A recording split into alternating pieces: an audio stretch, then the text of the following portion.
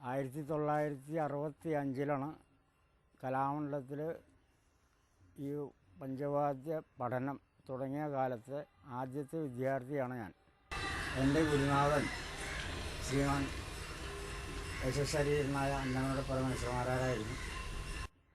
അദ്ദേഹത്തിൻ്റെ കീഴിൽ 4 വർഷക്കാലം തിമല അഭ്യസിച്ചതിന് ശേഷം ഒരു വർഷം ഞാൻ ഈ രംഗത്തുനിന്ന് വിട്ട് വീണ്ടും പല്ലാവൂർ സഹോദരന്മാരുടെ കീഴിൽ ഒരു വർഷക്കാലം തിമല അഭ്യസിക്കുകയുണ്ടായി. അവരും എൻ്റെ ഗുരുസ്ഥാനീയരാണ്. എൻ്റെ ഗുരുനാഥൻ്റെയും പല്ലാവൂർ സഹോദരന്മാരുടെയും മറ്റുള്ള സീനിയറായിട്ടുള്ള എല്ലാ തിമല ആചാര്യന്മാരുടെ അനുഗ്രഹത്തോടെ, നിങ്ങളുടെ എല്ലാവരുടെ അനുഗ്രഹത്തോടെ ഞാൻ ഇന്ന് ഈ രംഗത്ത് തരക്കേടില്ലാത്ത ഒരു സ്ഥാനത്ത് എത്തിയിരിക്കുകയാണ്.